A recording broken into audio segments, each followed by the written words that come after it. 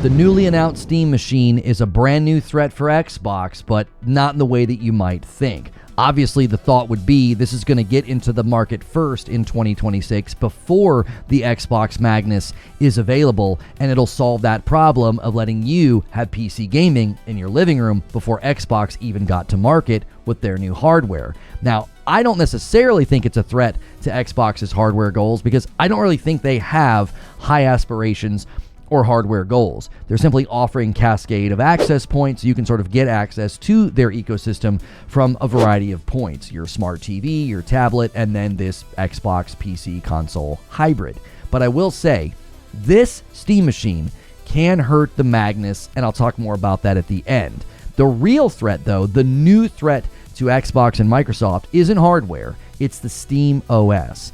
Xbox previously said in that Sarah Bond video that they want Windows to be the largest gaming platform. Well, a direct threat to that is the SteamOS, especially if you start to see it showing up in other places. The Steam Machine is likely just sort of the first place you really see this established in the living room for consumers that want to game there.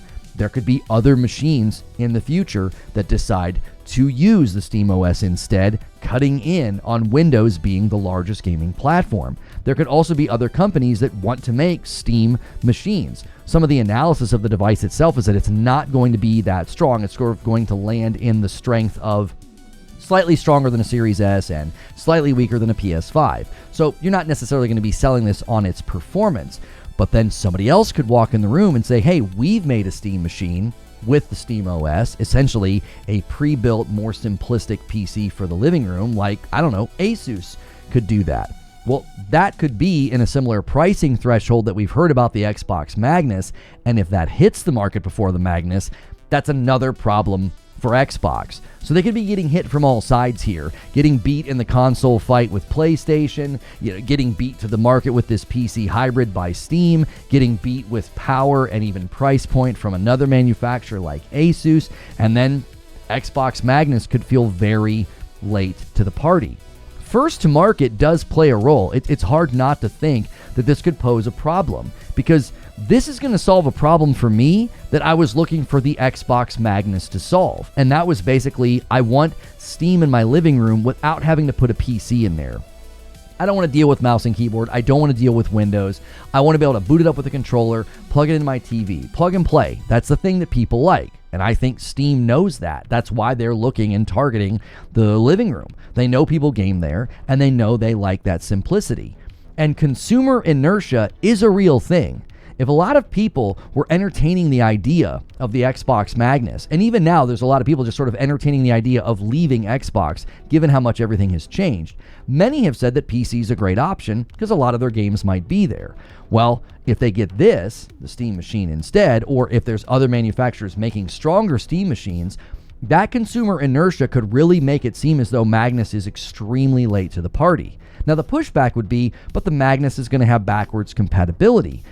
I just feel like that gets less and less important to me as time goes on. I much rather care about backwards compatibility for like the generation that I'm in right now. So like when I buy a PlayStation 6, I'm really going to want to make sure all those PS5 games work. When I look at my Xbox library, like looking back at 360 games and Xbox One games, it's great that they're there, but I'm just so busy.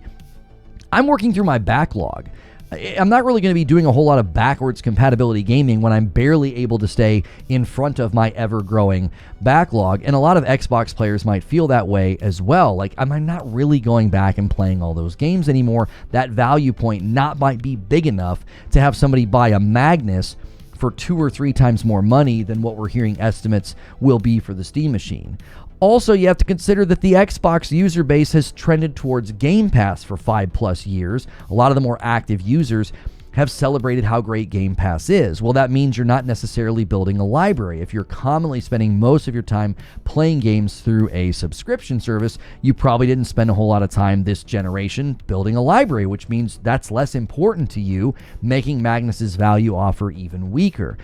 The other thing to consider here is that Steam has the data on what people value. We saw a lot of people buy the Series S because it was a cheaper option and they didn't care as much about performance. And there's similar data trends within Steam as well. You have games topping sales charts that aren't graphical, impressive games, right? They're not next-gen tour de forces. And then if you look at the hardware trends within Steam, Steam has all that data and all that information. They know where their user base trends. They know where certain games are played. Wouldn't surprise me at all if the Steam machine is built with that in mind. Because for me, that's why I would buy it. I would buy it for the AA's, the indies, the smaller titles that commonly hit Steam first or really only land on Steam.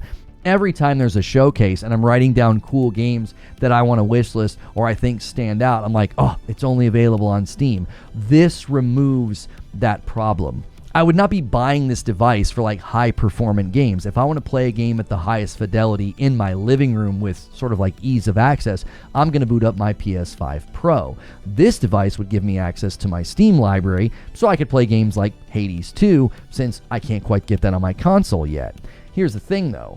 The price and the release date are the only unknowns right now, and those are going to play a significant role here. Current estimates are it's going to be like $400 to $600. Well, that's putting it adjacent to the current consoles. From one of the interviews, they're aiming at great value. That's something that they said. They're aiming at being like the entry-level side of things. Well, that puts it at the lower end here. The Magnus was estimated being $1,200 to $1,500, meaning they're targeting very different audiences, but it does feel like it undercuts Magnus's value point of like, hey, we're going to give you that PC console experience in the living room, and Steam is going to say, well, we got there first. And if you're like me, you may already feel like, well, that solved the problem that I had. I wanted a PC in my living room. This is the solution, and it wasn't that expensive. Based on estimates, it sounds like the Steam machine isn't going to be that expensive. But if there's something you can really, really tell right now that you never would have thought Steam would be the one proving, it's that consoles are clearly not dead.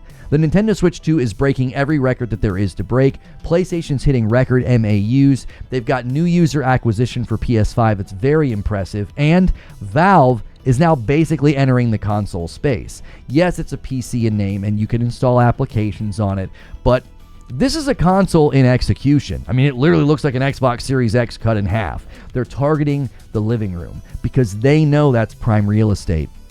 They know lots of people game in this way. They don't want to fiddle around with settings and cables and wires. And everybody always says, oh, it's not that hard to set up a PC in your living room.